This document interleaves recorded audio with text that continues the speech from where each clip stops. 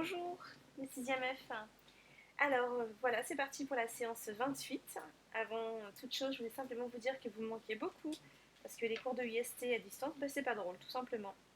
Allez, c'est parti. Donc séance 28 de l'eau boueuse à l'eau limpide. Donc sur une nouvelle page de ton cahier, tu vas noter séance 28 de l'eau boueuse à l'eau limpide. Alors, observe ces deux photos. À ton avis, pourquoi ces eaux ont-elles une couleur différente? Quand on regarde la première, oh là là, mon Dieu, elle donne pas envie. La deuxième, par contre, est beaucoup plus belle. Donc, à ton avis, pourquoi ces eaux ont une couleur différente? Alors, il faut que tu m'écrives ta réponse, s'il te plaît.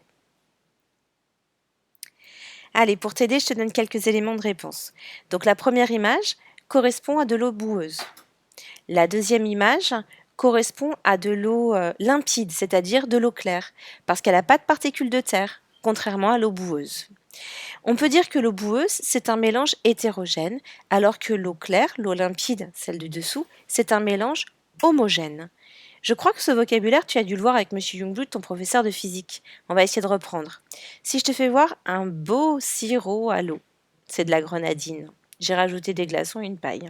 Donc si je regarde un petit peu ce sirop à l'eau, à ton avis, est-ce que c'est un mélange homogène ou hétérogène?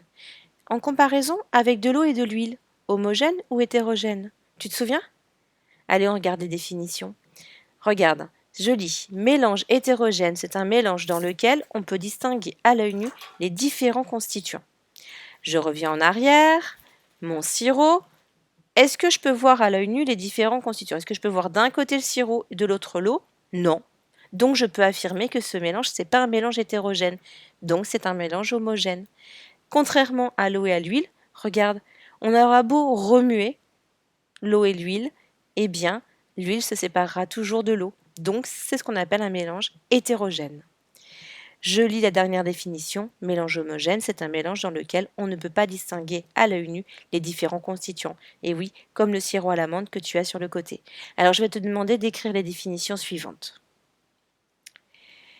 Donc, le problème d'aujourd'hui, c'est comment l'eau boueuse devient-elle de l'eau limpide? Parce que la photo que tu as vue tout à l'heure où il y avait de l'eau boueuse, elle va devenir aussi belle que celle que tu avais vue en dessous. Alors pour cela, pour t'aider parce que ce n'est pas évident, eh bien, il va falloir étudier deux modes opératoires qui sont complémentaires, la décantation et la filtration. Alors la décantation, décanter, je ne sais pas si ça te parle. Filtration, filtrer, je pense que tu as une idée. Donc je te demande de recopier le problème et il faudra rédiger ta propre idée, mais pas encore. D'abord, étudions la décantation. Donc tu vas noter en 1 la décantation, ensuite tu vas cliquer sur le lien YouTube. Attention, il faudra que tu ouvres, excuse-moi, j'ai oublié de te le dire, la trame de cours dans lequel tu retrouveras bien sûr ce lien. Donc la vidéo va te présenter ce que c'est que la décantation. Sur ton cahier, je te demande d'écrire la décantation. Tu vas devoir me schématiser le principe de la décantation. Attention, tu n'oublies pas la légende, d'accord? Et lorsque tu fais ton schéma, tu utilises ta règle et ton crayon de papier, tu t'appliques. Et tu fais pas un schéma rikiki. Ensuite, tu vas expliquer le principe de la décantation. Tu vas voir, c'est tout simple. Ensuite, deuxièmement, tu vas étudier la filtration. Donc, tu vas cliquer sur le lien pour visionner la vidéo. Et sur ton cahier, tu marqueras donc 2, la filtration. Tu me schématiseras le principe de filtration. Même chose, règle, crayon de papier, on soigne son travail et on n'oublie pas de légender. Tu expliqueras le principe de filtration, bien sûr, par des phrases.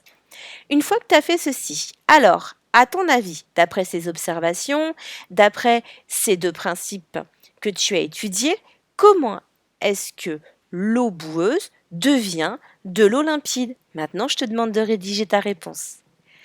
Et une fois que tu vas rédiger, eh bien, tu vas continuer à dérouler cette trame de cours pour pouvoir trouver la solution, écrire le bilan. Voilà. Eh bien, je vais te souhaiter une bonne séance, une bonne journée et je te dis à bientôt.